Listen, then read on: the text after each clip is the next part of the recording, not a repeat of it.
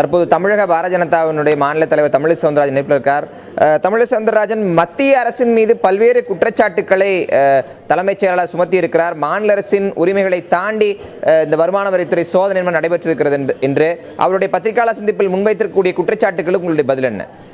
அதாவது அவர் இப்பொழுது மாநில அரசை பேசுவதற்கு முதலில் தகுதியற்றவராக இருக்கிறார். ஒரு முதலமைச்சர் சென்று அதிகாரப்பூர்வமாக பிரதமரை சந்தித்து விட்டு வந்து அவர்தான் முதலமைச்சர். இவர் மாநில உரிமைக்கும் இவருக்கும் எந்த சம்பந்தமும் இல்லை. ஏதோ தமிழகமே இவர் பையில் இருப்பதை போல பேசுகிறார். முதலில் அவர் அதை தவிர்க்க வேண்டும். அதை நான் வன்மையாக கண்டிக்கிறேன். ஒன்று. இன்னொன்று, அவர் சொல்கிறார் வருமான வரித்துறைக்கு எந்த அதிகாரமும் இல்லை என்று. வருமான வரித்துறை திடீரென்று பொதுவாக திடீர்னு வந்து ஒரு வீட்டுக்குள்ள நுழைஞ்சு அவங்க சோதனை நடத்துவதில்லை. அவர்கள் அதுக்கான ஹோம்ஒர்க் செஞ்சு இது எந்தெந்த விதத்தில் நடமாட்டம் இருக்கிறது, எந்தெந்த விதத்தில் அவர்கள் மீது சந்தேகம் இருக்கிறது என்பதை உறுதி செய்த பின்புதான், அதுவும் ஒரு தலைமை செயலாளர் அலுவலகத்திற்கு செல்ல வேண்டும் என்ற ஒரு முடிவு, ஒரு சரித்திர முக்கியத்துவம் வாய்ந்த முடிவு. இவருக்கு இருக்கும் அறிவை விட அந்த அதிகாரிகளுக்கு அதை விட அந்த எப்படி அதை எடுத்து செல்வது என்ற முறை அவர்களுக்கு தெரியும். அதனால அவர்கள் அந்த முறையை கையாண்டு இருக்கிறார்கள். இன்னொன்று, சிஆர்பிஎஃப் வந்தது தவறு என்று சொல்கிறார்.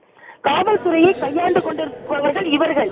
இன்று குற்றம் சாட்டப்பட்டு குற்றவாளியாக நின்று கொண்டிருக்கும் பொழுதே இந்த அளவிற்கு இவர் பேசுகிறார் என்றால், இவர் தலைமை செயலாளராக அதிகாரத்தை வைத்துக் கொண்டிருக்கும் பொழுது வருமான வரி அதிகாரிகள் தங்கள் பணியை செய்திருக்க முடியுமா என்று கேட்கிறேன். அது மட்டுமல்ல, முன்னாள் முதலமைச்சர் ஜெயலலிதாவிற்கு இதைவிட ஒரு களங்கம் வேறு யாராலும் ஏற்படுத்த முடியாது என்பது எனது வாதம். அது மட்டுமல்ல, தமிழக மக்களுக்கு பாதுகாப்பு இல்லை என்று சொல்வதற்கு இவர் யார்? அது மட்டுமல்ல, இவருக்கு அதிகாரத்தை நம்பிக்கையோடு கொடுத்த முதல்வர் ஜெயலலிதாவை இவர் அப்பட்டமாக முதுகில் குத்தி இருக்கிறார். அதனால் இன்று இவரின் பின்னணியில் இருப்பது யார்? இன்று இவ்வளவு தைரியமாக பேசுகிறாரு. 3 நாட்களுக்கு முன்னால் நெஞ்சுவலி என்று அனுமதிக்கப்பட்டிருக்கிறார் என்றால் அப்பட்டமாக பொய் பேசுபவர் என்று இன்று பட்டவர்த்தனமாக இந்த மக்களுக்கே தெரிய வைத்திருக்கிறார். அது மட்டுமல்ல, மம்தா பானர்ஜிக்கு நன்றி சொல்வதற்கு இவர் யார் என்று கேட்கிறேன். அரசியல்வாதியா? அரசியல் செய்ய பார்க்கிறாரா? சீண்டி பார்க்கிறாரா? ஆக அவரது உள்நோக்கம் அப்பட்டமாக தெரிகிறது. அவருக்கு பாதுகாப்பு இல்லை என்று சொல்கிறார். வேண்டுமென்றால் அவர் கைது நடவடிக்கை எடுத்தால் அவருக்கு இன்னும் அதிக பாதுகாப்பை கொடுக்கலாம். ஒன்னும் பிரச்சனை இல்லை. அதனால் அப்பட்டமான ஒரு தவறான முன்னுதாரண கான்ஸ்டிடியூஷனை சேலஞ்ச் பண்றாரு. இவர் கான்ஸ்டிடியூஷனை அரசியலமைப்பு சட்டத்தை இவர் சவாலாக எடுத்துக்கொள்ளும் போது மற்றவர்கள் எடுத்துக்கொள்ள முடியாதா? முதலமைச்சர் அவர்கள் அதிகாரப்பூர்வமாக அவர்கள் இணையதளத்திலேயே பதிவு செய்திருக்கிறார்கள், மாற்றப்பட்டிருக்கிறார் என்று.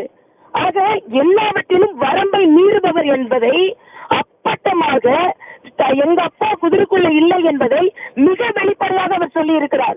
இன்று இவர் இதை போல நடந்து கொள்ளவில்லை என்றால் கூட ஒருவேளை விசாரணை நடைபெற்று இவர் மீது தவறில்லை இருக்குமோ என்ற ஒரு சந்தேகம் தமிழக மக்களுக்கு ஏற்பட்டு இருக்கும். இந்த விசாரணையே தேவையில்லை, இவர் குற்றவாளிதான் என்பதை எல்லார் முன்னிலையும் நிரூபித்திருக்கிறார். தமிழக மக்களை பற்றி பேசுவதற்கோ, தமிழக அரசாங்கத்தை பற்றி பேசுவதற்கோ, தமிழக மக்களுக்கு இருக்கின்ற பாதுகாப்பை பற்றி பேசுவதற்கோ, தமிழகத்தின் அரசியலமைப்பு சட்டத்தை பற்றி பேசுவதற்கோ தனிநபரான இவருக்கு எந்த உரிமையும் கிடையாது.